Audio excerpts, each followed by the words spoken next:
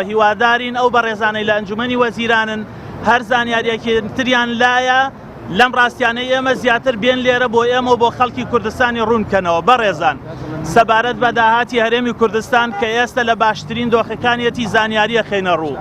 طبعاً سەرەڕای باشبوونی داهاتەکان بەداخەوە حکوومەت، وەزارەتە پەیوەندیدارەکان، ئەنجومەنی وەزیران هیچ پلان و بەرنامەیەکی نییە بۆ وەڵامدانەوەی داواکاری خەڵک. کاڵێن هیچ پلان و بەرنامەیەکی نیەواتە بە دوواداچوونمان کردووە، پرسیارمان کردووە لە وەزارەتی پلاندانان، وەزارەتی دارایی، سەرۆکی حکوومەت، جێگری سەرۆکی حکوومەت، ئەنجومەنی وەزیران، وەزیرە بەڕێزەکان بۆیە ئاماڵێن هیچ پلان و بەرنامەیەکی نییە بۆ کێشەی گەورەی بێکاری کە لە ئێستەیە 670,000 هاوڵاتی بێکارن، 400,000یان نزیکەی 400,000یان گەنجانی 16 بۆ 24 ساڵن، 20,000 فەرمانبەری گرێبەست هەیانە 14 ساڵە چاوەڕێی بە هەمیشەییکردنە.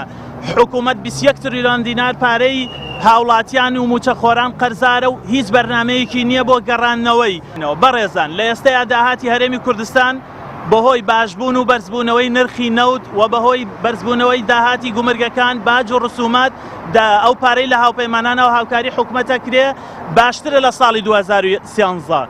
لە ساڵی 2013 بەپێی ئەخیر یاسای بودجە کە بەداخەوە لە دوای ئەو ساڵەوە حکوومەت یاسای بودجەی نەناردۆتە پەرلەمان، داهاتی هەرێمی کوردستان لەو ساڵە لە 2013 کە باشترین دۆخ بوو مانگانە تەنها 1 تریلیۆن و 270 میلیارد دینار بوو بە بودجەی هاتوو لە بەغا بە داهاتی ناوخۆوە داهاتەکانی تر.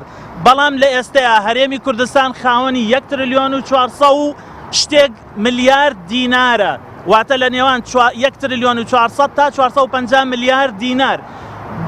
بەم ڕێژەیەش بەبێ 200 میلیارەکەی بەغداش داهاتی ئێستەی هەرێمی کوردستان زیاترە لە داهاتی ساڵی 2013 کە ئێوەزانن 2013 هەرێمی کوردستان لە چ دۆخێکی باشا بوو. بۆیە ئەوەی ڕێگرە لە بەردەمەوەی کە داهاتی هەرێمی کوردستان ڕنگدانەوەی لە ژیانی هاوڵاتیە هەبێ گەندەڵیە، قۆرغکاریە، جێبەجێنەکردنی یاساکانە و نەگەڕانەوەی داهاتە بۆ خەزێنەی گشتی. بەڕێزان پرسێکی تر کە بەلای موچەخۆرانەوە زۆر گرنگە بابەتی پلەبەرزکردنەوەی فەرمانبەرانە کە ئێمە جاریکەش ڕوونکردنەوەمان داوە ئێستا کۆتا هەوڵمانە خەمە ڕوو.